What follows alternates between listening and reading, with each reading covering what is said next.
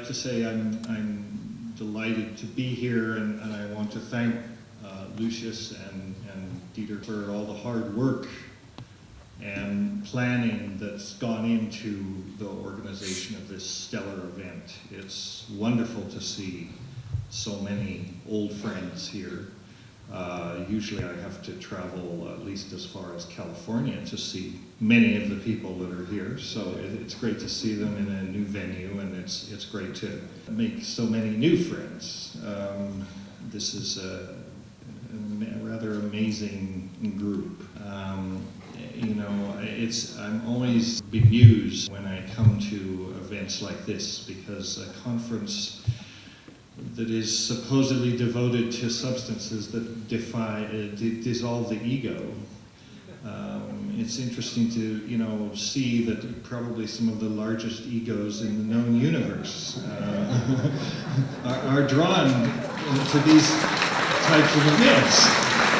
And, you know, we all have a lot of work to do on the ego front, no doubt about it, and we have the tools to do that. Among the crowd, there are undoubtedly a number of candidates for the new Messiah. And I can't wait to see who will be crucified first, because the line forms on the left. I was invited to join, but I said if nominated I shall not run, and if elected I shall not serve. But seriously, I am very happy, honored, and humbled, but not much, to be invited to this gathering, because this is a seminal event in psychedelics, and we're all here because of this common interest. Yesterday, I had the great honor and pleasure to meet with another one of our Hefter board members, the director of the Zurich Hefter Center, Dr. Franz Vollenweider. He is probably one of the world's leading researchers in consciousness research in the world, if not the leading researcher. He kindly took us to visit Dr. Albert Hoffman in his home. We had a wonderful 2-hour visit. And after that, we went by car from Dr. Hoffman's home to Zurich, to the psychiatric hospital where Dr. Vollenweider's research is conducted. And they are using these molecular probes, these psychedelic drugs, as the key tools. And they are working at the mind-matter interface, and they are making some wonderful discoveries. And it's this enormously hypertrophied and complicated human brain, the generator of ideas of everything that we know or experience or think we know, that makes us humans, that makes us different from the primates. On an evolutionary and historic time scale, it's this hypertrophied human brain that's got us into the mess that we're in, you know, on the ecological and societal and political front. And so it's important to understand how we got here, and it's the only thing that's going to get us out of the mess that we're in. Our ideas,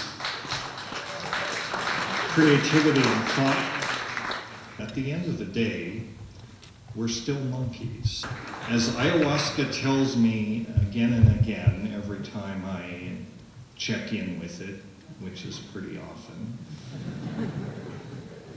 you monkeys only think you're running the show. And I think that's an important lesson. That's maybe the primary lesson. We need to remain humble. And while we come to a forum like this to celebrate how much we know, it's important to remain humble and to remember always how little we know. Because for every discovery that we make, for every constellation of understanding, there's an infinity of things that we have yet to understand. I see we're on the frontiers of neuroscience. Every science is always on its own frontiers, but I don't see any end to the frontier here that there is to explore. It is indeed as large as the known universe, and it may not be different from the known universe. So it's a very exciting time to be alive, to be engaged in this research and to understand it. Psychedelics is, the study of psychedelics is inherently interdisciplinary. And it is one of the few areas of academic research that crosses over into virtually all activities of human culture, from anthropology to chemistry to neuroscience to philosophy to religion, metaphysics, you name it. Psychedelics touches on all of these things. So it is inherently a holistic subject. It is, in fact, the subject of ourselves. It's not about drugs. It's about us. We're trying to understand ourselves. We're trying to understand how we got to this situation. And I think that within this group, drawn here either because you're involved in this research or you're fascinated by it or you have your own personal reasons for being interested in psychedelics. There are different ways to approach this understanding. I'm fond of telling my students sometimes there's no such thing as a bad drug. But there are plenty of ways that human behavior with respect to drugs can be very, very bad. And by the same token, human behavior with respect to drugs can be very, very good. And we can use them for tools for understanding, to improve the human condition, to make us a better species, to increase our reverence for nature, and hopefully to motivate us to save the planet, because we're not separate from it. We're all in the same boat. And if psychedelics have any message for us as a species, because ultimately these compounds, whether created in the laboratory or coming from the natural kingdom, they all ultimately harken back to the natural world.